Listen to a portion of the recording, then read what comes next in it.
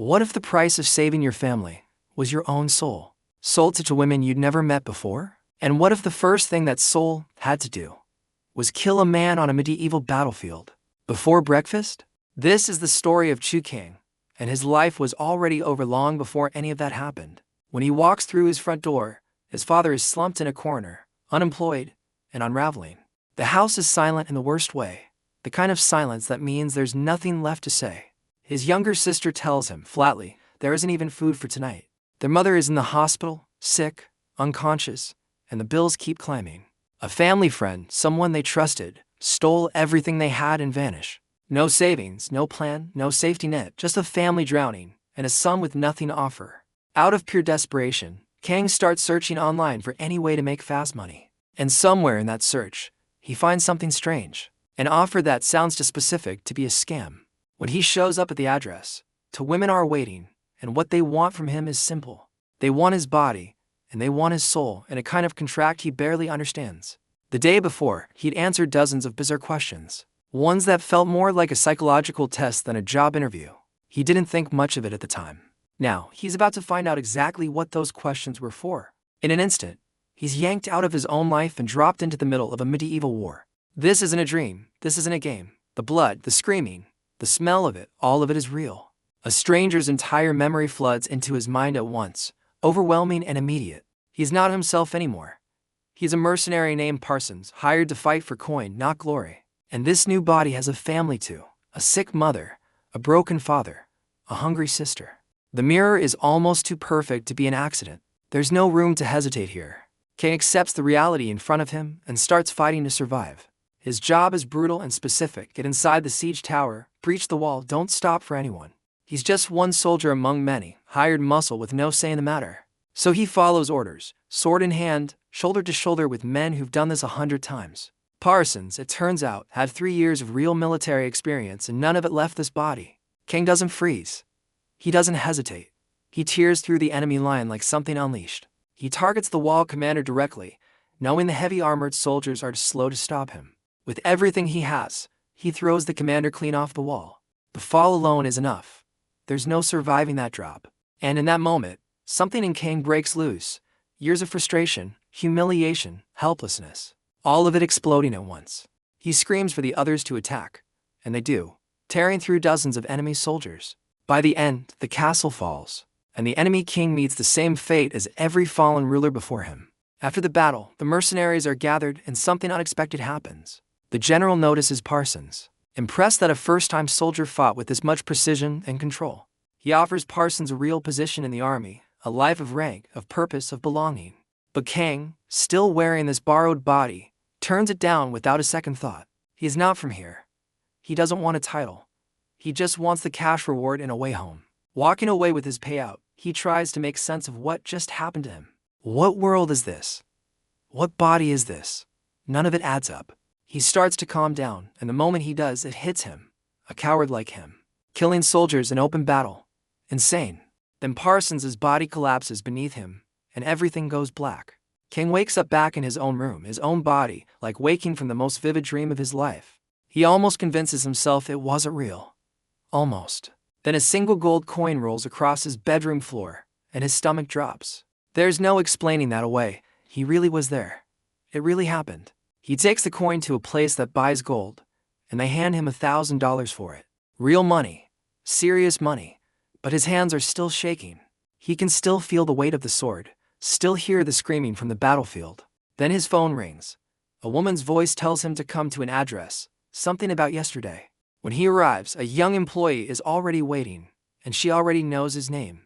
He can't help but notice she's beautiful, and his thoughts drift somewhere they probably shouldn't. Before he can even finish the thought, she answers it out loud, calmly correcting him. Kang freezes. There's no way she just responded to something he only thought. She confirms it without hesitation. She can read his mind, and apparently his memories too. She tells him the coin he sold was actually worth more, and that he got shortchanged. Then she says one more thing that stops him cold. Her boss is waiting, and he needs to go in now. If the employee can already read minds, Kang can only imagine what the boss is capable of. Inside, a striking woman greets him with unsettling politeness, like she's been expecting him for years. She looks less like a CEO and more like someone off a magazine cover. She hears that thought too, and smiles, introducing herself as Woo Suni, administrator and CEO. King cuts through the formalities. He needs to know if he really sold his soul in some kind of pact. She confirms it plainly, and something in Kang's chest goes cold. What he completed, she explains, was only the tutorial. He's now level 1, nothing more. Confused, he asks if he was chosen at random, some kind of unlucky lottery. She asks, almost amused, if they look like a company that hands out chances for nothing. Then she lays it all out. She already knows his best friend stole his identity and buried him in debt. She knows his mother's accident left her in a coma, piling medical bills on top of everything else. Every crack in his life, she already knows about, like she's been watching the whole time. Tense now, Kang demands to know what she actually wants from him. She reassures him his family will never be touched, but the question of what she wants remains open. What she needs, for now, is simple. She needs his level to go up. King asks if that means going back into that world, back into that war. She confirms it, and calls it a level system because it's easier for a human mind to process. After all, she says, they don't want him collapsing under the weight of blood on his hands. He lays out what he understands. Missions, rewards, levels, like some kind of twisted game. She agrees he's got it exactly right. And then she tells him the number that changes everything. Every single gold coin is worth $1.6 million. Payouts, she says, vary wildly depending on the client, and overnight millionaires are not a rumor. Kang's mind locks onto that number instantly, spinning with possibilities he never let himself imagine. He asks about the risk. What happens if he fails or dies inside that world? She tells him plainly, the character dies, but he survives, safe in the real world. That should be a relief. It almost is. But she warns him, this is not a free pass to cause chaos without consequence. The only real penalty for failure is losing a level. Nothing more, nothing permanent. Kang does the math without meaning to. 1% of a mission had already earned him real money. If 1% is this much, what does 100% even look like? The number that answers that question nearly knocks the wind out of him. High risk, high reward, she tells him, and the scale only grows from here. For a moment, the guilt catches up to him. He just killed people, real deaths for money. She reframes it without missing a beat. Because of him, her clients survive and go home safe. He doesn't fully buy it, but she insists that in a world run on money, earning it is just survival. She makes it clear, one more time, that he's free to walk away right now, no strings attached. After a long, heavy pause, Kang asks the only question that matters. What does he do next? She just smiles, telling him he'll find out for himself. A moment later, the world dissolves around him, and he's pulled back into that parallel reality. The transition leaves him dizzy, disoriented, wondering if he's just made the biggest mistake of his life. When his vision clears, he's standing in armor, and someone is already lunging at him with an axe. He screams, certain he's about to die, but the blade smashes into the wall beside him instead.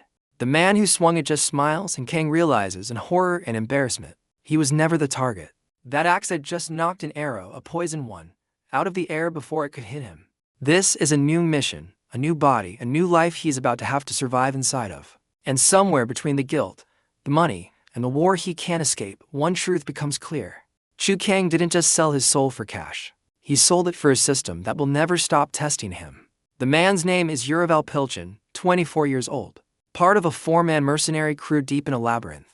Their mission, find Leopold, the missing son of Count Raleigh, and bring him home alive. Kang's mind races. If he fails, does that mean he has to kill someone all over again?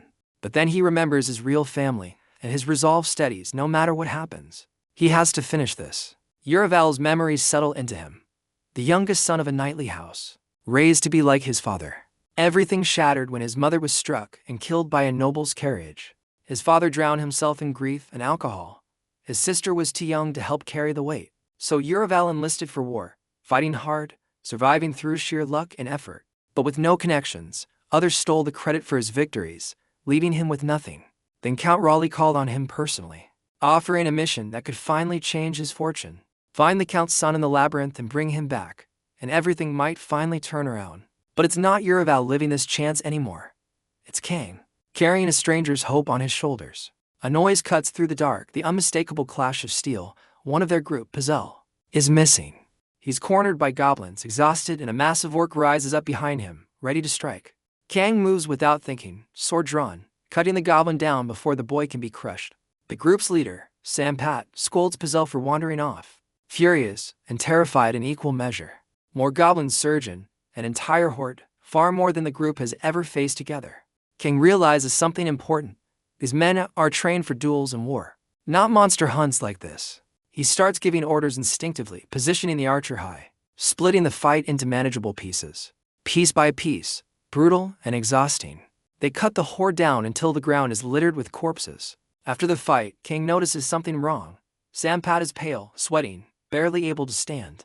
A poison arrow is buried in his stomach, and there's no time to waste. Using knowledge Uravel never actually had, King works fast, avoiding the group's usual method of alcohol. Instead, he cleans the wound with water, packs it with medicinal herbs, and buys Sampat time to heal. The others are stunned. Their gruff, simple leader survives, and the group's trust in Kang deepens. Later, Pazel confesses he wandered off chasing a hidden staircase, one that seems to appear and vanish. Something about the floor doesn't sit right with Kang, worn smooth everywhere except one exact spot. He looks up, and there it is, a staircase built impossibly onto the ceiling. Someone flipped it with magic, hiding the true path from anyone searching below. Kang throws his sword at the illusion, and the staircase flips back into place with a groan. It's not just clever misdirection. It's proof that someone wanted this path deliberately hidden. And that raises a chilling question. Why would Count Raleigh be this certain his son was here? King remembers his exact instructions. If the boy is dead, bring back the family ring instead. That ring, it seems, matters far more to the Count than his own son's survival. Something about this entire mission feels engineered, wrong in a way King can't quite name yet. He demands the group tell him everything they know about House Raleigh, no matter how small. Reluctantly, they reveal a rumor. The Count recently hired a young maid, one already raising a son. The implications land instantly. Whispers are already spreading about who that child's real father might be. Everything clicks into place. Leopold isn't just missing. He's become an inconvenient obstacle to a new heir. The group is horrified by the idea that meddling in Noble's succession could get them all killed. But loyalty runs deeper than fear for them. Their chief trusted King, and that trust is enough. Deeper in the labyrinth, another party is on edge, sensing something dangerous closing in on them. A young summoner named Ossel insists it isn't orcs or goblins tailing them, it's something worse. Her group is protecting someone, and they've already fought off one team of assassins before. When Kang's group finally catches up, tensions explode instantly. Both sides certain the other means harm. Ossel accuses them of being Count Raleigh's dogs, sent to finish what the last assassin started. Furious, Kang tries to explain the truth, but words alone aren't enough to earn her trust. So he does something reckless. He drops every weapon he's carrying and steps forward, unarmed. One by one, his entire team follows, throwing down their own weapons in solidarity. It's a declaration.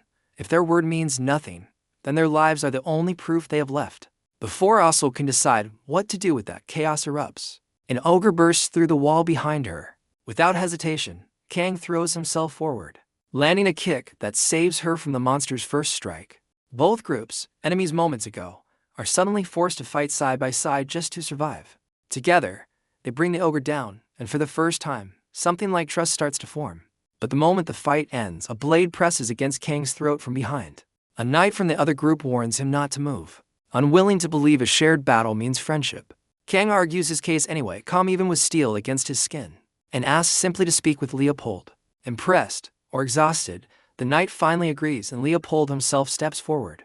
That night, around a quiet fire, they finally talk, and the truth comes pouring out. Leopold reveals that at 14, his own father declared in a drunken rage that he wasn't truly his son. He isn't the Count's blood. He's the product of an affair, a secret the family can never survive exposing. This wasn't an adventure. Leopold was never lost. He was running for his life. King understands now. A bastard heir will never be allowed to inherit anything, only eliminated quietly. He proposes a plan, report Leopold as dead, his own companions confirming they saw the body. Leopold is relieved, almost disbelieving how easily this stranger is willing to help him disappear. But there's a catch. Kang needs the family ring, the one proof of Leopold's claim to the title. Leopold refuses immediately. It's the only thing his father ever gave him, and he won't let it go. Kang realizes the truth. That ring isn't just jewelry. It's the last thread tying Leopold to a father he still loves. But holding onto it keeps him a target for the rest of his life, whether he wants the title or not. Kang tells him plainly he's a good man and asks if his companions can truly be trusted. Leopold confirms it without hesitation. They've saved his life more than once already. With that answer, Kang makes his final argument. Giving up the ring is what family sometimes means. Something in those words reaches him, and Leopold finally agrees to let it go. The old mage in his group steps in, warning this will hurt, and then does something brutal. He removes the ring the only way possible, severing it along with the finger it's fused to. Kang is horrified, but the mage explains a spell on the ring prevented any gentler method. Moments later, restoration magic reattaches the finger like nothing ever happened. With the ring finally in hand, the group is teleported away, unable to return the way they came. Before the light swallows them, Leopold asks if they'll ever meet again, his voice heavy with gratitude. Kang is caught off guard by the sincerity of it and simply wishes him well. A moment later, a system message declares the mission complete, the ring successfully retrieved. But something about the timing feels off, and Kang barely has time to process it before everything shifts again. The world around him rearranges itself entirely, and he realizes with a jolt, this isn't over yet. Floating above an unfamiliar city, Kang spots Sam Pat and the others walking below, completely unaware of him. Then he sees it, the real Uravel walking beside his own friends like nothing is wrong. A spectral figure appears beside him, and it's Uravel himself, the actual person, watching his own life unfold. Uravel explains, gently, that this isn't real, it's a memory he wants Kang to witness firsthand. They're pulled into a scene inside Count Raleigh's house, tense with an argument already boiling over. Without warning, Pazel lunges forward and stabs Uravel in the stomach. The betrayal absolute and sudden. The real Uravel explains, this happened right after the mission ended. The Count silencing every loose end. Pazel's family had been taken hostage, forced to choose between his friends and the people he loved. In this version of events, Caden and Rob died in the labyrinth, and Leopold was captured, not saved. King realizes something staggering. In his version, nobody died, and the boy was saved through words alone. Uravel asks the only question that matters now. Will Kang try to change what's happening in front of them? Understanding the stakes, Kang is pulled back into the moment just before the blade finds its mark. He dodges instantly, stunning both Pazel and the watching Count. Acting fast, he pins Pazel to the ground and tells him to think. Truly think. Before it's too late, Pazel breaks down, revealing the Count promised to spare his hostage family if he finished the job. Kang turns the question on the Count directly. Does he really intend to keep that promise? The Count denies it smoothly, but his easy lies unravel the moment Pazel challenges him outright. In one brutal motion, the Count strikes Pazel down himself, revealing exactly how little his word was worth. Now unarmed and cornered, Kang has to think fast, or this ends exactly like it did before. He starts talking, buying time, weaving a story about Leopold's love for his father, his loyalty, his sacrifice. Slowly, the Count's cold expression cracks, curiosity replacing suspicion. Sensing the opening, Kang kneels and swears absolute loyalty, offering himself as a servant instead of an enemy. The Count laughs, calling it a desperate plea for survival, and swings his sword anyway. Kang dodges, insisting the danger itself is exactly why his loyalty will hold true. Intrigued now, the Count lowers his blade and demands he explain himself. Kang lays out his value: a knight everyone trusts is the perfect tool for someone who needs to lie. No one would ever suspect him, and that makes him worth more alive than dead. The Count is impressed, calling him more dangerous than he first appeared. But there's still a problem. The surviving mercenaries know the truth, and silence has to be guaranteed. Kang proposes something audacious, spreading a false rumor about the Count's own wife's betrayal. The Count explodes with rage, but Kang holds firm, insisting this is the only story strong enough to work. Mercenaries don't fear death, he explains, but shared shame will keep them silent for life. Reluctantly, the Count agrees, calling him a splendid storyteller despite everything. In a final gesture, he grants Kang a knight's oath and a new name, sealing the deal. Time freezes around him, and Kang realizes he's convinced both Pazel and the Count. The mission should be over. But the real Uravel starts screaming, in anguish that has nothing to do with victory. He never imagined it could have ended this way. Every death he witnessed, it never had to happen. For years, he believed effort alone would be rewarded, and now he sees that belief was hollow. Kang argues back, insisting Uravel's trust and bond with his friends made this outcome possible in the first place. Moved, Uravel offers him a gift, a fragment of his own soul, his last pride, as thanks. Kang doesn't understand how to use it, but accepts anyway, grateful for something he can't fully explain. He's pulled into one final vision, an older Uravel alive, walking home to a family that welcomes him warmly. It's the reward Uravel was promised for selling his soul, a peaceful, comforting lie built just for him. Kang understands the cruelty of it now. This happiness isn't real. It's simply the price of everything he lost. Back at company headquarters, Woo Suni stares at her screen, stunned. That mission was designed to fail. Kang didn't just complete it, he cleared every hidden objective along the way. He's rewarded with a new level, and a rare item, the very soul fragment Uraval gave him. Back in her office, Woo Suni praises his performance. But something in the numbers still doesn't sit right. Kang challenges her. Was he sent there expecting to fail from the very beginning? She dodges the question, insisting killing monsters is simply cleaner than killing people. Then comes the payout, far smaller than he expected, and Kang immediately pushes back. He argues the math doesn't add up. A perfect clear should be worth more than this. Woo Suni explains the fine print, the knighthood, the title. None of that counted toward the mission itself. Frustrated, Kang realizes he essentially bled for free. But the soul fragment might still be worth something. She offers to buy it from him, and the number she names makes his eyes go wide. It's worth more than the entire mission payout combined.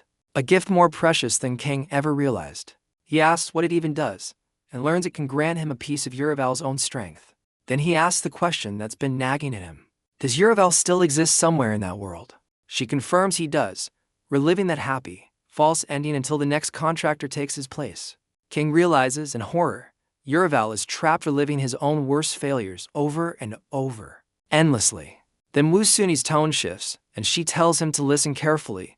This part matters. She reveals something unsettling. His entire life has been plagued by an unusual, almost impossible run of misfortune. They ran a simulation, and the results were disturbing enough that she felt she had to warn him. If his karma isn't addressed, she warns, a great tragedy is waiting somewhere down the road. Kang refuses to take it seriously, dismissing it as a scare tactic dressed up in data. She offers a way out anyway, reach level 10, and the rewards there could change his fate entirely. Something about that number sticks with him, especially after jumping 3 levels in just 2 missions. Reluctantly, desperately, he agrees to keep taking missions, chasing that number like a lifeline. Walking home afterward, exhaustion sets in, but so does the weight of his bank account. After fees, he's cleared nearly 6 million, more money than he's ever held in his life. He starts calculating immediately: rent, debt, his mother's bills, all of it finally within reach. Back at headquarters, the secretary questions Woo Suni's plan, calling Kang's karma level a walking disaster. She confirms it flatly. At that level, it's enough to push a person towards suicide within years. Instead of easing the burden, Woo Suni orders it increased, stripping his family from the equation entirely. The secretary is horrified, but Woo Suni insists money will always be the answer, especially for someone like Kang. She orders round-the-clock surveillance, unwilling to risk losing what she now sees as a rare, valuable asset. Back in his own life, Kang walks home with groceries, buying more meat than he's ever afforded. For the first time in half a year, his family will actually eat well tonight. But even in that joy, guilt gnaws at him, wondering how he'll explain where this money came from. Before he can decide, a familiar voice stops him cold at his own front door. It's Cho Min-soo, the friend who stole his identity and buried his family in debt. Blind with rage, Kang drops the groceries and slams a fist straight into his face. Cho begs him to wait, insisting he came because of something involving his sister. That single sentence freezes Kang in place, fury replaced instantly by dread. Cho reveals he ran into her, by accident, at a hostess bar, working her second shift. Furious and sick with worry, Kang grabs the address and heads straight there. Inside, he demands to see her, ignoring every attempt to stop him or slow him down. He finds her in a private room, surrounded by clients, and drags her out without a second thought. Outside, his anger boils over, demanding to know how she could sink this low. She finally snaps back, revealing the truth he never let himself see. The debt was always crushing. She explains, their mother's accident buried them in bills that a normal job could never cover. This wasn't a choice made lightly. It was survival, plain and brutal. Kang learns the number that breaks him, over 100 million in debt, growing every month. Worse, she already took an advance from the club owners just to pay off other debts. 40 million gone, and now she's chained to that place until it's repaid. Shaken, Kang tells her to quit immediately, promising he'll handle everything from here on out. She doesn't believe him, not until he shows her the numbers on his phone. Stunned by the amount, she finally agrees, trusting a brother she thought had given up. The next day, Kang marches straight into Woo Suni's office and demands her most difficult mission. He's done being cautious. He wants to hit level 10. And he wants it now. She warns him plainly, at his current level, a mission that size guarantees his death. Even 1% survival odds don't exist. The answer is simply no. Frustrated but forced to accept it, Kang asks for the most profitable mission he can actually take. She offers something new. IM missions, harder, more dangerous, but reserved for special members only. The reward is real money, but a steep penalty means he'll only receive a fraction of it. King pushes back, and she offers a trade, more risk, more reward, 50% instead of 10. He accepts without hesitation, knowing full well what that risk actually means for his own body. Back in her office, the secretary questions the ethics of raising his wrist this aggressively. Wu Suni coldly replies, if he breaks under the pressure, it simply means she misjudged him. A mysterious man named Hyungan steps in, revealed as the one who suggested the increase in the first place. He's curious, he admits, to see what Kang becomes under real, unbearable pressure. Whatever the outcome, the president concludes, this mission will define what Kang truly is. This time, when Kang arrives, pain rips through his chest before he even understands where he is. Fragmented memories flood in, violent, personal. Nothing like the missions he's lived through before. He sees a man named Stroven, an assassin, working in the shadows for a mysterious employer. He sees Stroven's little sister, terrified, standing on the edge of a wall. She calls him brother, apologizes for something that isn't her fault, and jumps before he can stop her. Their parents are already dead on the floor behind her, and Stroven's scream shatters something inside him. He swore revenge that day, promising to tear his enemies apart with his bare hands. That revenge failed, and in its place, he sold his soul, desperate for one more chance. Back in the present, Kang's whole body trembles, consumed by hatred that isn't even his own. He forces himself to remember. These feelings belong to Stroven, not to him, not really. Then a familiar voice calms him, and he realizes it's the soul fragment Yuraval gave him, speaking. Grounded again, he checks his news status, and the information is grim, almost predatory. Sharp eyes for tracking, speech for manipulation, and a skill called torture. Chilling in its simplicity. It states plainly, once captured, a target cannot die without Stroven's permission. Kang is horrified by what this means for him, but reasons the company wouldn't give him useless tools. Somewhere in this mission, torture is going to be necessary, whether he wants it or not. He thinks of his sister, his debts, everything riding on completing this, and steadies himself for what's ahead. If killing is required, he decides, then killing is exactly what he'll do. Testing Stroven's abilities, he leaps an impossible distance. Feeling almost weightless in this new body, he crashes hard on landing, but rises easily, grateful for a physique far stronger than his own. Digging into memory, he learns Stroven clawed his way up from the slums, thief to assassin. The price of that survival, he realizes, always comes due eventually. Kang recalls something Wu Suni once told him. A contract requires consent from the person it binds. A system message suddenly interrupts his thoughts, asking a strange, pointed question about his own character. He wonders, briefly, if there's a loophole hidden somewhere inside all of this. But he catches himself. Thoughts like that are dangerous, especially when someone might be listening. He forces his focus back to the mission and heads toward the place his family's bodies were found. The silence there is unnatural, wrong in a way he can feel before he can explain. Daggers fly at him from the shadows, and he dodges every one using instincts that aren't his own. His attacker introduces himself as Kesha, an old ally who worked alongside Stroven for years. Trust doesn't come easily, not anymore, but Kesha proves his loyalty, revealing he cleaned the crime scene himself. He also kept evidence, photographs of every wound, hoping it might help find the killers someday. Together, they piece it together. The murder weapon was a club, meaning soldiers, not mercenaries, were responsible. 15 soldiers, all confirmed, and Kang understands instantly. This mission just became a hunt. In the city of Eldane, they find those soldiers freely abusing their power over the terrified population. Kang watches from a rooftop as a girl is struck down simply for defending her own father. Something inside him snaps, and he steps out of hiding without a shred of subtlety. One guard laughs at him, thanking him sarcastically for being exactly the kind of scum he expected. The guard's blade shatters on contact, and Kang responds with a brutal, merciless counterattack. One by one, the soldiers fall, and Kang, disturbingly, starts to enjoy every second of it. He captures the last one alive, forcing him to name the people he killed, testing his memory. The man can't remember them all, and Kang tells him, coldly, that this is exactly what he expected. Later, washing off the blood, nausea hits him harder than it ever has before. This wasn't war anymore. This was a massacre, and he chose every second of it willingly. He forces himself to accept the truth. This mission requires blood, and he's the one paying that price. A system alert flags his rising compassion stat, then forcibly strips it away to protect his own sanity. The unbearable rage vanishes instantly, and in its place comes an uncomfortable kind of relief. He refuses to hide behind that excuse though. Whatever happened, he chooses to own every part of it. A new alert appears, tracking Stroven's satisfaction. And it's only halfway complete despite everything he's already done. He realizes there's only one path left, the skill he's been avoiding this entire time: torture. That night, with prisoners barely alive, Kang begins the process, cold, calculated, and deliberate.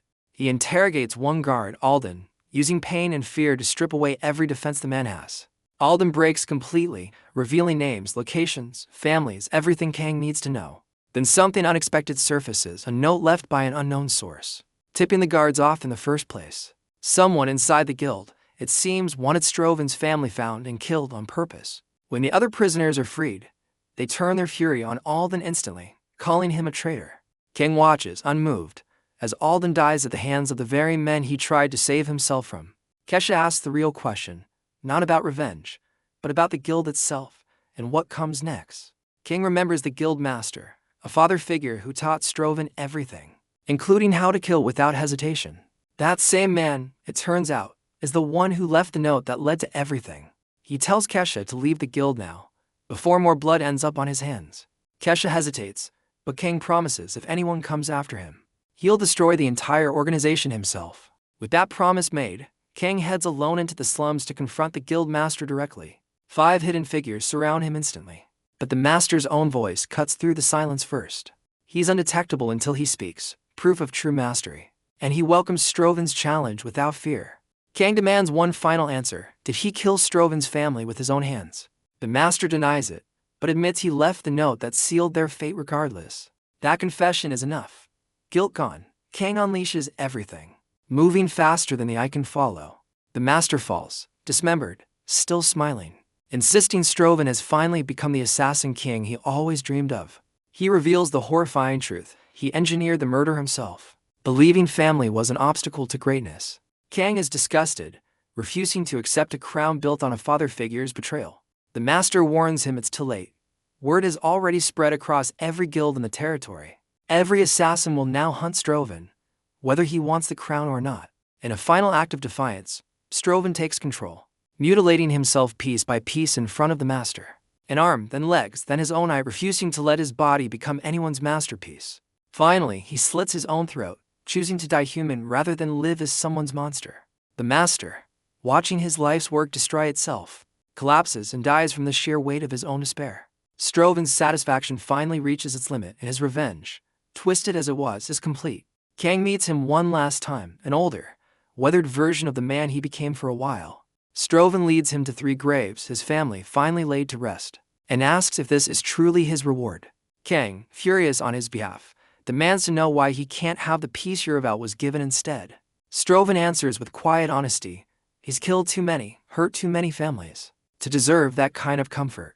Before they part, Stroven offers Kang his power, a gift Kang accepts reluctantly, hoping he'll never need it. Stroven's final words linger: protect what's precious to you and stay human, even after everything you've sold. Back home, Kang doesn't return to the usual place, and a voice inside warns him something urgent is happening.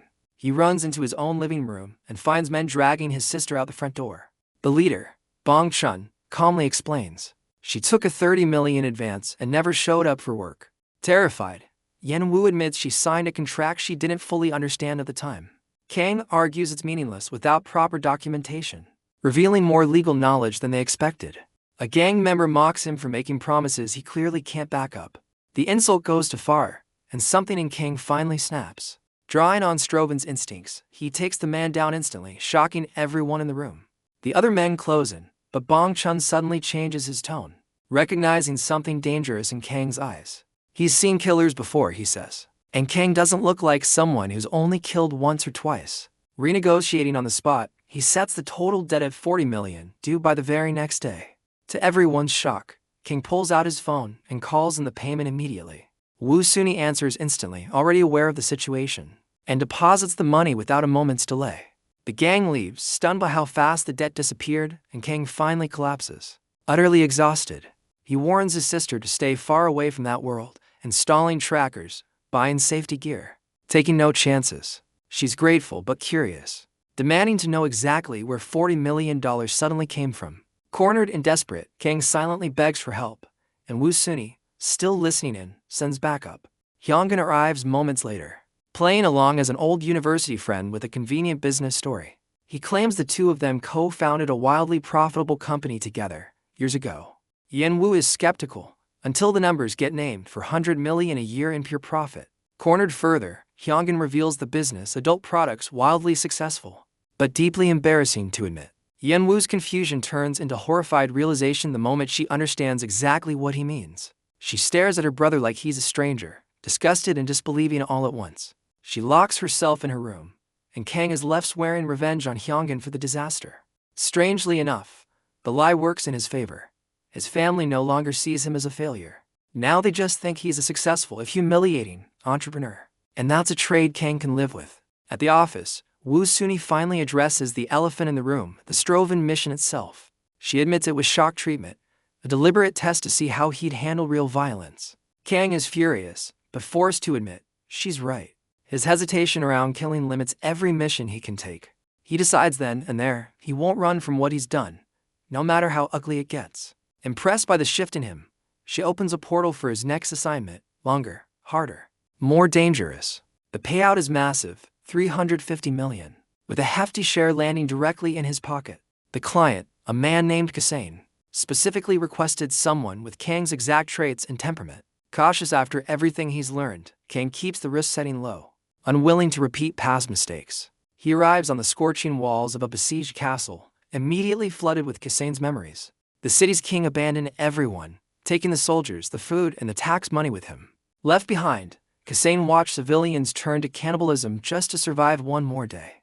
Faced with monsters outside and madness within, he made an unthinkable choice, killing those too far gone to save. In desperation, he screamed an oath to whatever god would listen, offering his soul for his people's survival.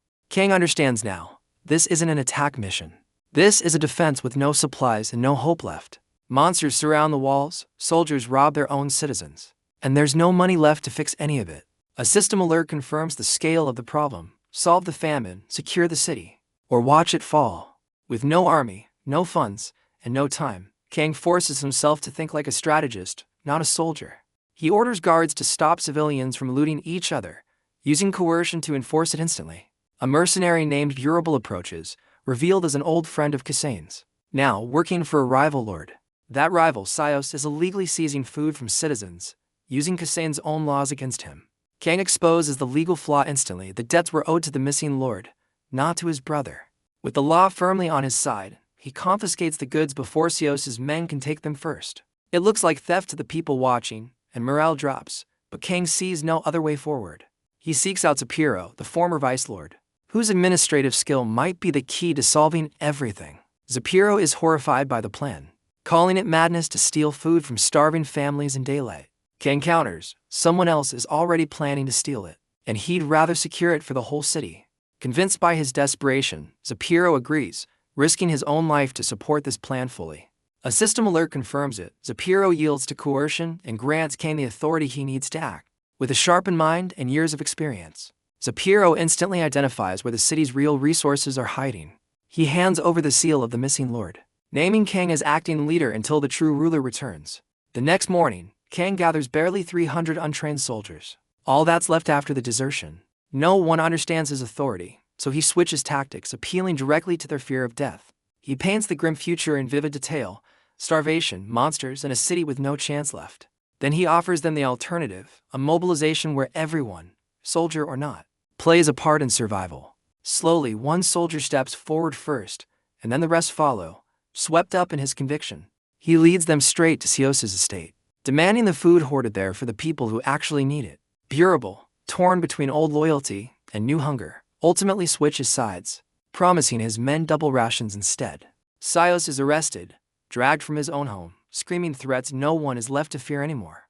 With supplies finally secured, Kang turns to training, watching weak, terrified men slowly become real soldiers. Zapiro's son, Lyra, reports steady progress, weapons forged, walls reinforced. But food remains their biggest threat. At current rations, their entire stock will run out in just 5 days, no matter what they do. Kang refuses to cut portions and destroy morale, searching instead for another hidden solution. Lyra reveals something unexpected. His father owns a teleportation scroll capable of sending one person far away. It's enough, Kang realizes, to call for outside help before it's too late. But Lyra warns him. The orcs outside number over 1,000, and their strength compounds the more of them there are. Worse, a red orc leads them, a rare, powerful commander that drives the horde into a fearless frenzy. Kang refuses to let despair take hold, insisting belief itself might be the only weapon they have left. Slowly, rationed food restores hope across the city, and citizens begin showing up for their share on time. Then the warning comes: the orcs have arrived, and there's no more time left to prepare. Kang screams the order, and every soldier moves into position with a discipline no one expected from them. Zapiro hands him a book on orc biology, revealing their one true weakness: chronic, desperate hunger. Kang uses that knowledge instantly, promising his men the attack will end in exactly 30 minutes. The battle erupts, archers firing, soldiers hurling stones. But nothing seems to slow the orcs' momentum. Realizing stones aren't enough, King rushes to reinforce the crumbling gate before it gives way entirely. Desperate, he channels Uraval's soul fragment, gaining a burst of speed and strength that surprises even him. He fights through the breach alone, buying precious time while his men scramble to bring heavier defenses. Following Uraval's memories, he orders a massive spiked barricade rolled into position at the gate. It stalls the orcs briefly, impaling dozens, but it's clear this alone won't be enough to hold. Zapiro arrives with oil, and Kang orders it deployed immediately, knowing they can't afford to wait any longer. Disaster nearly strikes when a soldier stumbles carrying the pot, but Kang catches it barehanded, burning himself badly. Together with Burable, he forces the boiling oil into position and unleashes it straight down onto the horde. The orcs shriek and scatter, but one, crackling with lightning, refuses to retreat and rallies the others back. Uraval identifies it instantly as the chief and urges Kang to take the shot with a bow. Against all odds, and with almost no skill in archery, the arrow finds its mark in the chief's skull. Leaderless, the surviving orcs break and flee, and the wall erupts in stunned, disbelieving celebration. For the first time in the city's history, they've defeated a full orc assault against impossible odds. But victory brings its own weight, and Kang finds himself buried in paperwork, casualty reports, and endless logistics. 50 wounded, 20 dead, a decisive win that still cost real families everything they had.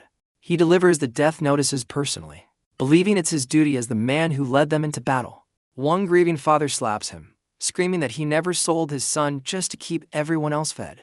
Kang absorbs the anger without flinching, understanding that leadership means carrying blame he can't fully explain away. Later, Zapiro reveals a deeper history. The city was once wealthy through trade with skilled dwarven craftsmen. That trade collapsed after a dragon appeared, turning the surrounding land into an unlivable desert. Kang realizes with a sinking feeling that solving this problem might eventually mean facing a dragon himself. Before he can dwell on it, news arrives. Merchants have finally reached the city with badly needed supplies. Their leader, Quibble, is an old friend of Zapiro's, and the food he brings could save everyone. But there's a brutal catch: the city can't afford to pay for the entire shipment. Faced with an impossible choice, Kang and Zapiro plan to seize the supplies by force if necessary. Kang refuses to let it turn into a bloodbath, and devises a quieter trap instead. He arranges a lavish welcome, hot baths and free-flowing wine, designed to leave every guard unarmed and relaxed. But when the ambush begins, they find the room nearly empty, the trap already anticipated. Standing before them is a stranger, unmistakably out of place. Unmistakably from somewhere far beyond this world. Kang blurts out a question he immediately regrets, asking bluntly if the man is a dragon slayer. The stranger, Genis, seizes him by the throat, demanding to know exactly how much Kang really knows. His power floods the room instantly, and the weakest among them collapse from the sheer pressure alone. A status window confirms what Kang already suspects: Genis is an epic hero, a true dragon slayer.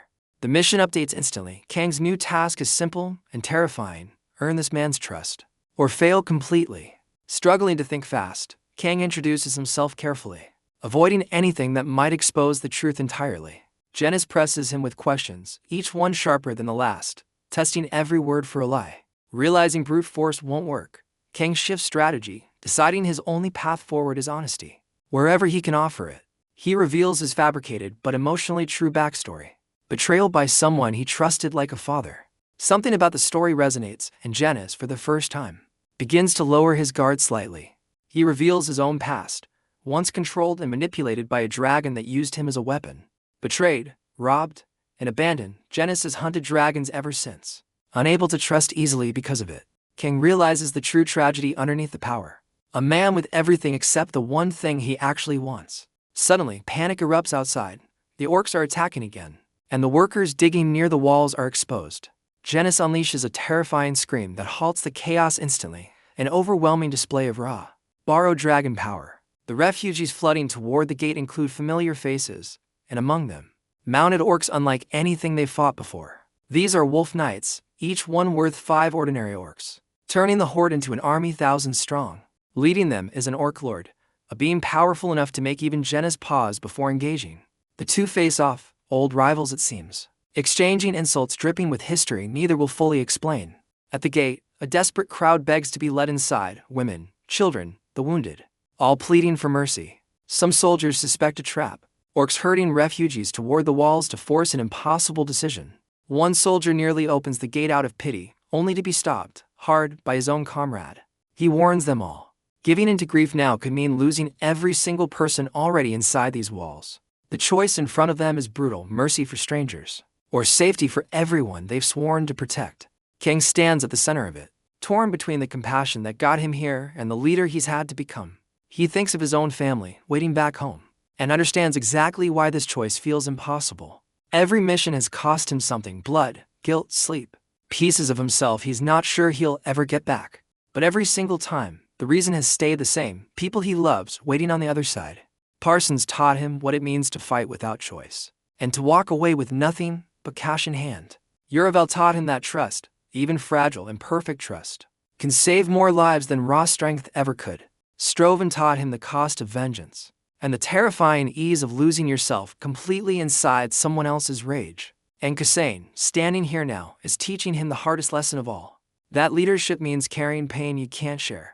Somewhere behind all of it is a real man named Chu Kang, exhausted, scared, and still fighting anyway. He never asked to become a soldier, an assassin, or a general. He just wanted his family fed. And yet, mission after mission, he keeps choosing the harder path, the one that cost him the most.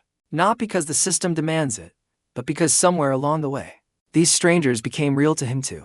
Uravel's satisfaction, Stroven's peace, an entire city's survival. None of it was ever just about the money anymore. He thinks about his sister, safe now, sleeping soundly for the first time in months, because of what he's endured.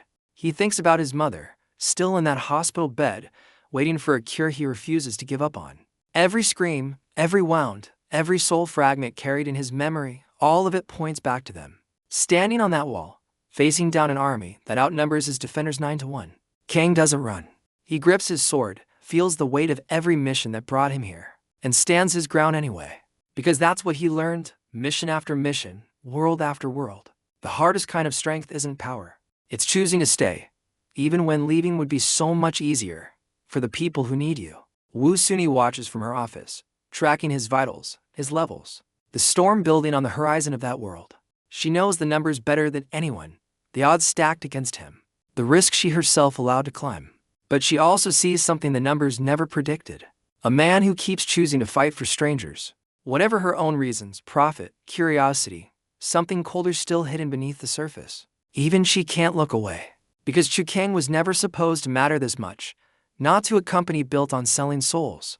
And yet here he is, standing between an army and a city that isn't even his to protect. Not because a contract demands it, but because somewhere between Parsons and Kasain, he stopped being a hired soul. He became someone who shows up again and again, no matter the cost, no matter the world. And that, more than any level, any reward, any number on a screen, is the truth of who he is. A broke, desperate, 30-year-old man who sold his soul to save his family, and found himself along the way. He never wanted to be a hero. He just wanted his mother to wake up, and his sister to be safe. But heroes, it turns out, aren't made from ambition. They're made from people who keep choosing to stay. Chu Kang stayed, through blood, through guilt, through every soul he had to carry that wasn't his own. And whatever comes next, whatever battles wait beyond that wall, one thing is already certain. He didn't sell his soul to become someone else. He sold it, and somewhere in the process, became more himself. More than the money, more than the levels, more than any system ever designed to test him. That's the real story. A man who had nothing left to lose, who found in the last place he expected something worth fighting for. Not glory, not power, just the people waiting for him to come home, mission after mission, world after world. And on that castle wall, with an army bearing down and a city's fate resting in his hands. Kang understands it fully. This was never really about the soul he sold. It was about the man he chose to become because of it. Somewhere behind him, Zapiro readies the last of the defenses, exhausted but resolute, refusing to abandon the home he built. Burable grips his weapon, remembering the friend who once fought beside him, choosing loyalty over an easier, safer path. Lyra watches from the walls, no longer a frightened boy, but a young man hardened by weeks of survival. And Genis, powerful, wounded, still haunted by the girl he couldn't save, stands ready to face an old enemy once more. Every one of them carries scars from this world, and every one of them chose to stay anyway. That, King realizes, is the thread connecting every mission he survived, every world he's borrowed, every soul he's touched. It was never really about escaping the fight. It was about learning who was worth fighting for. His mother, unconscious but alive, still waiting for a miracle he refuses to stop chasing. His sister, safe now, finally free from a debt that nearly swallowed her whole. His father, silent in that corner, still broken, but still someone Kang refuses to give up on. And strangers, an entire city of them, who somehow became just as real to him as the family he started with. Parsons gave him his first taste of a world where survival meant becoming someone he never chose to be. Uravel showed him that even borrowed loyalty could rebuild something worth protecting. Stroven showed him the darkest edge of what grief and vengeance can turn a person into. And Kasain, standing here now, is showing him what it costs to lead people who trust you with everything. Every soul fragment he carries is a piece of someone else's pain, someone else's hope, someone else's unfinished story. And somehow, carrying all of it, Chu Kang hasn't broken. He's only grown steadier. Not because the system made him stronger, because every single time, he chose to stay standing anyway. The Orc Lord roars in the distance, and Genis steps forward to answer that challenge alone. Kang watches him go, understanding now exactly what kind of loneliness comes with that kind of strength. He turns back to his own soldiers, exhausted, terrified, and utterly unwilling to abandon the walls they bled to defend. He raises his voice one final time, the same words that rallied them once before. They want to live, and if they stand together, as one city, they can make that happen. The soldiers answer him, voices raw, spears striking the ground in perfect unison. Whatever comes over that horizon, whatever the Orc Lord and his Wolf Knights bring with them, they'll face it as one. Kang grips his sword tighter, thinking not of the system, not of his level, not even of the reward waiting for him. He thinks only of his mother's face, and the promise he made to make it home to her. That promise, more than any contract, more than any soul sold, is what keeps him standing on this wall. Behind him, the city he helped rebuild from starvation and despair is still breathing, still fighting, still alive. And that, he realizes, is worth every scar this world has left carved into his soul. Chu Kang came into this story as a desperate, broke man with nothing left to lose. He leaves this chapter of his journey as something else entirely, forged through every mission, every death, every impossible choice. Not a hero by ambition, but a man who simply refused to stop protecting the people who needed him. His mother still waits in that hospital bed, and one day, he swears, he'll walk through that door with a cure. His sister sleeps peacefully tonight, safe, because her brother chose to carry weight most people never could. And an entire city stands tall behind him, alive today because a stranger from another world decided they mattered. Whatever battles still wait ahead, in this world or the next, one truth has already been proven beyond doubt. Chu Kang sold his soul to save his family, and in doing so, he became someone worth remembering. On that wall, sword raised, city behind him, and an army before him, Chu Kang finally understands who he is. Not a coward, not a bum, not a man defined by debt, by shame, or by the family that once looked down on him. He is the man who kept showing up, mission after mission, world after world, when giving up would have been so much easier. He thinks back to that very first night, the corner where his father sat silent, the sister with nothing to eat. He thinks of the desperate search online, the strange contract, the two women who saw something in him no one else did. He never imagined that saying yes would lead him here, standing on a burning wall in a world that isn't his. But every mission, every soul he's carried has taught him the same unshakable truth. Strength was never about the sword in his hand. It was about the people worth swinging it for. Parsons fought for a family he barely understood, and taught Kang what desperation looks like in another man's eyes. Uravel trusted strangers with his life and proved that loyalty, freely given, can outlast even the cruelest betrayal. Stroven lost everything to vengeance, and showed Kang exactly how easily grief can consume a person whole. And Kasane, standing here now, is teaching him the final lesson. That leadership means bearing pain no one else can see. Every one of these lives has become a part of him, carried in memory and scars. In the soul fragments he holds, he is no longer just Chu Kang, the unemployed man his sister once mocked, the failure his family once pitied. He is every mission he survived, every promise he's kept, every soul he refused to abandon along the way. And somewhere in that transformation, without ever meaning to, he found something he never expected to find. Purpose, not the kind money can buy, but the kind carved out of choosing again and again to stay. His mother is still unconscious, still waiting for the cure only a higher level can unlock. His sister is finally safe, finally free of the debts that nearly destroyed her. His father still sits in silence some nights, but slowly, painfully, hope is returning to that house. And Kang himself carries pieces of Uravel, of Stroven, of every world he's touched, woven permanently into who he is. He never asked to become this. He only wanted enough money to keep his family alive one more month. But somewhere between a battlefield, a labyrinth, a den of assassins, and a starving city, he became something more. Not a hero in the way stories usually tell it, but something quieter, and somehow far more real. A man who understood, deeply and completely, exactly what it costs to protect the people you love. And a man who paid that cost willingly, every single time, no matter how much it took from him. The battle on that wall isn't finished yet. Somewhere beyond it, an orc lord and a wounded hero still face off. But whatever comes next, whatever new world, new mission, new soul Chu Kang has to carry, one thing won't change. He will stand, he will fight, and he will do it every time. For the family waiting for him to come home.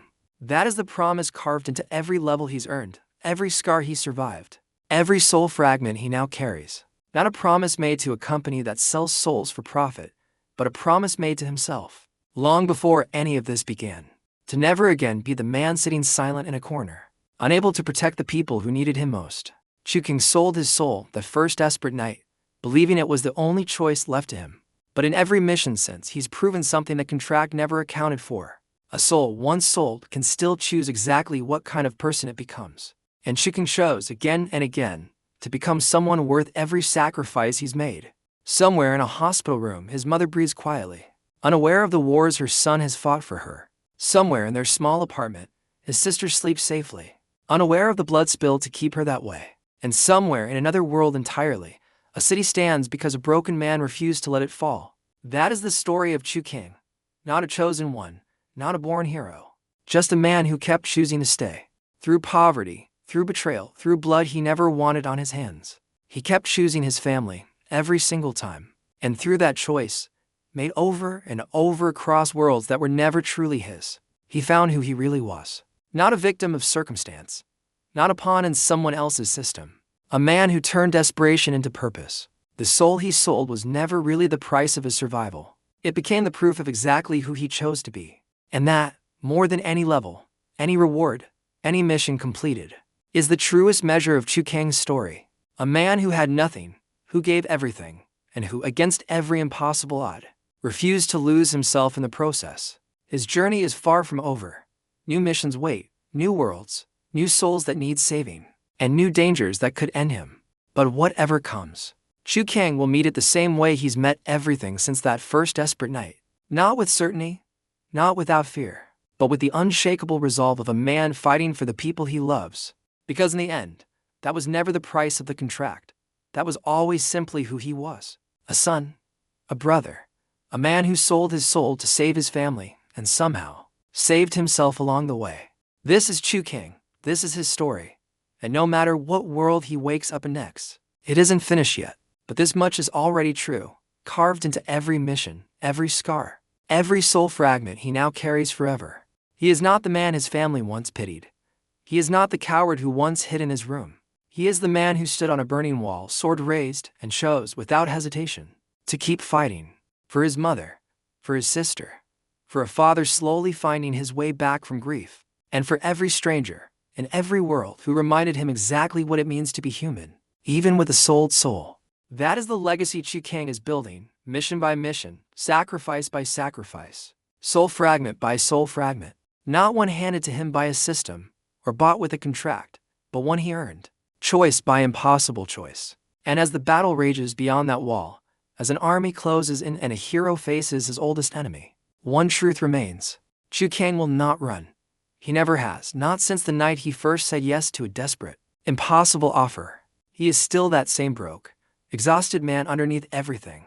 But he is also so much more than that now. He is proof that even a soul sold in desperation can still choose, every single day, exactly what it stands for. And standing there, on that wall, facing down impossible odds for a city that isn't even his own, Chu Kang stands ready. Not because a contract demands it, not because a level requires it, but because somewhere along this journey, he stopped counting the cost. He simply chose to stay again, like he always does, like he always will.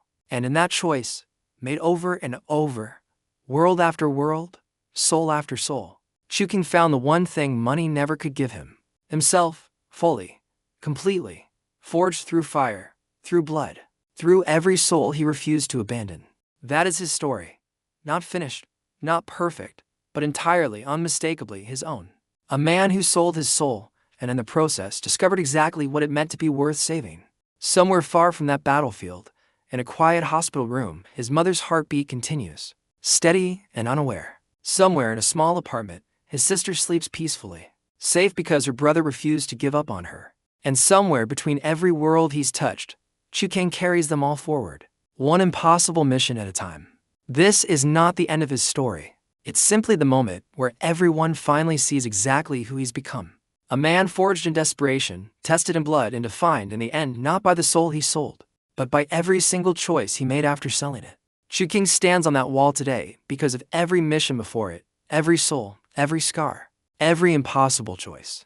And whatever world calls his name next, he will answer it the same way he always has, with fear in his chest and his family in his heart, ready to give everything he has left. That is who Chu Kang is, that is the price he paid, and that is the man his soul became. Not a victim of the contract he signed in desperation, but the author of everything that came after it. A broke, unemployed son who once had nothing left to offer his family but debt and shame, now stands as the reason an entire city still breathes, and the reason his family finally has hope again. That transformation didn't come from power, or levels, or the money that flooded into his account. It came from choice, repeated relentlessly across every world, every mission, every soul he refused to let break him. Chu Kang chose his family, first, always, and every single time it mattered most. And in choosing them again and again, he became someone entirely new, without ever losing who he truly was. That is the heart of his story. Not the fantasy, not the missions, not the money. It's the simple, unbreakable truth of a man who refused to stop fighting for the people he loves. Through every world, every battlefield, every soul carried and lost. That truth has never once wavered. Chu Kang sold his soul to save his family, and in the end, that soul became something worth saving too. His mother waits, unaware of the battles fought in her name. His sister sleeps safely, unaware of the price paid for her freedom. And his father slowly rebuilds a life that once seemed lost forever.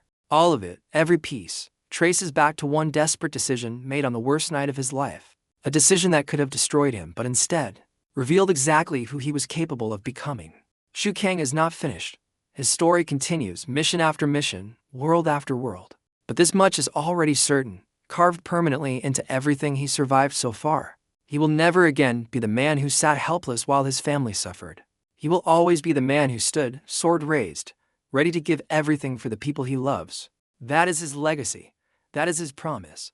And that is the truth of Chu Kang's soul. Sold, yes, but never lost, never broken, never anything less than entirely, unmistakably his own. Every mission has asked something impossible of him, and every single time, he found a way to answer. Not because he was destined for greatness, but because he refused to let the people he loved suffer alone.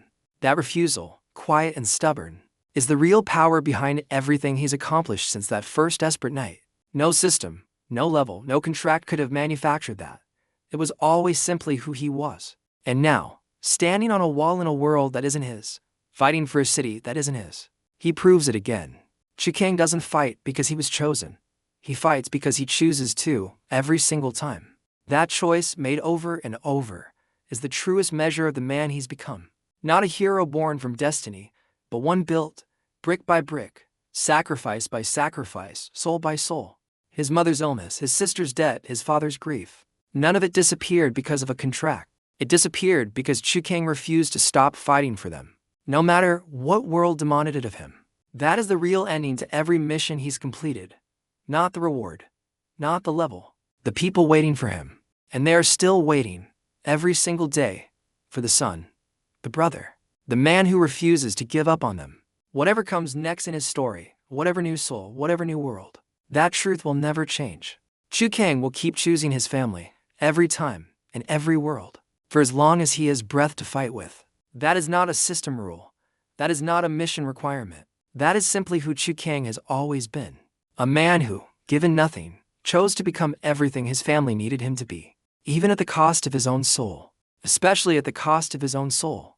Because in the end, that soul was never really his to keep quietly to himself. It belonged to the people who needed him, and he gave it freely, every single time it mattered. That is the true price of Chu Kang's contract. Not blood. Not levels. Not gold coins converted into desperate hope.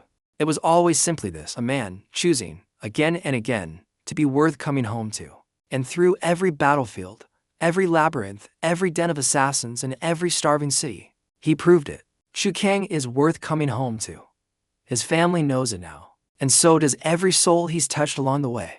Uravel knows it, resting now in a memory built just for him, grateful for the peace Kang fought to give him. Stroven knows it, finally free of a revenge that once consumed everything he was. And an entire city, starving and abandoned, knows it too, standing now because a stranger refused to let them fall. That is Chu Kang's real power, not strength, not skill, the simple, unshakable refusal to abandon anyone who needs him.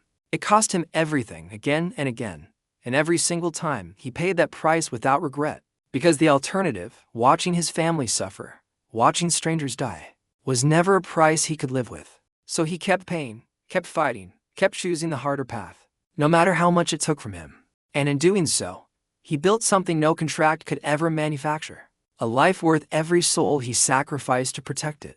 This is the story of Chu Kang. Not a chosen hero. Not a born warrior. Just a man who refused to quit. A man who sold his soul in desperation, and spent every mission since proving exactly what that soul was worth. His mother still waits. His sister still hopes. His father still grieves, slowly healing, one day at a time. And Chu Kang still fights in every world for every one of them, because that is simply who he is. Not defined by the contract he signed, but by everything he chose to become after signing it. That is the truth beneath every mission, every battle, every soul fragment carried forward into the next impossible fight. Chu Kang gave everything he had, again and again, and somehow, impossibly, always found more to give. Not because a system demanded it, but because his family and every stranger he came to care for deserved it. That is his story, written in blood and sacrifice in every soul he refused to let fall. And whatever comes next in whatever world, whatever mission, whatever impossible odds await him, one thing remains certain: Chu Kang will stand, he will fight, and he will do it, every single time, for the people he loves. That is not a promise written into any contract. That is simply the truth of who he has always been. A son desperate to save his mother, a brother desperate to protect his sister, a man desperate to matter. And through every world, every soul, every impossible mission, he proved, beyond any doubt, that he mattered all along. Not because of the soul he sold, but because of everything he chose to become after selling it. That is Chu Kang's true legacy. Not the levels, not the money, not the missions completed. It's the simple, unshakable truth that a broken, desperate man can still choose to become someone worth remembering. He did. Mission after mission, world after world, soul after soul. And he will keep doing it for as long as his family needs him, for as long as he has breath to fight with. That is the story of Chu Kang, a man who sold his soul and found himself completely along the way. His mother waits, unaware of every battle fought in her name. His sister sleeps safely, unaware of every soul he carried to keep her that way. His father slowly heals, unaware of exactly how much his son has sacrificed to give him that chance. And Chu Kang carries all of it, every mission, every scar, every soul, forward into whatever comes next. Not because he has to, because he chooses to, every single time. That is the truest, most unshakable ending to this chapter of his story. A man forged by desperation, tested by blood, and defined in the end by his own relentless choice to stay. Not a hero born from fate, a hero built from every impossible sacrifice he was willing to make. For his family, for strangers who became family, for a soul he sold and somehow never truly lost. Chu Kang's journey is far from finished. New worlds wait, new missions, new impossible choices. But this much is already true, carved permanently into everything he has survived so far. He is no longer the broke, hopeless man who once sat helpless in his own living room. He is the man who stood on a burning wall, sword raised, ready to give everything for people who needed him. That transformation is his real story. Not the fantasy, not the system, not the missions themselves. It's the simple, unbreakable truth of a man who chose, over and over, to become worth every sacrifice he made. His mother's illness brought him to his knees, but it never broke his resolve to save her. His sister's debt nearly destroyed their family, but it never broke his determination to protect her. His father's grief nearly swallowed their home whole, but it never broke Kang's hope for something better. Through every mission, every soul, every impossible battle, that hope only grew stronger. Because Chu Kang understood something the system never could teach him. Family isn't saved by money alone. It's saved by choosing, every single day, to keep fighting for them. And he did, through blood, through guilt, through every soul he carried that wasn't originally his own. He fought and he kept fighting, until fighting for his family became simply who he was. That is the legacy Chu Kang built, one impossible mission at a time. Not handed to him by a contract, but earned through every sacrifice he made along the way. And as his story continues into new worlds and new impossible choices, that legacy will only grow.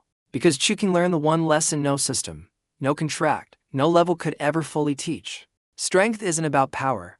It's about choosing to stay, for the people who need you, no matter the cost. He chose that again and again, across every world he was forced to survive. And in doing so, he became something far greater than any level or reward could ever measure. He became a man worth trusting, a man worth following, a man worth coming home to.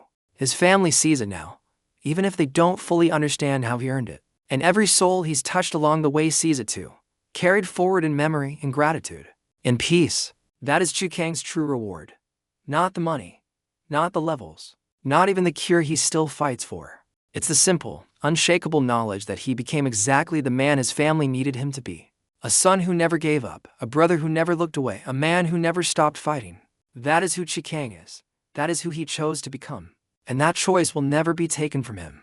No matter what world calls him next, no matter what soul he's asked to carry, that truth remains unshaken.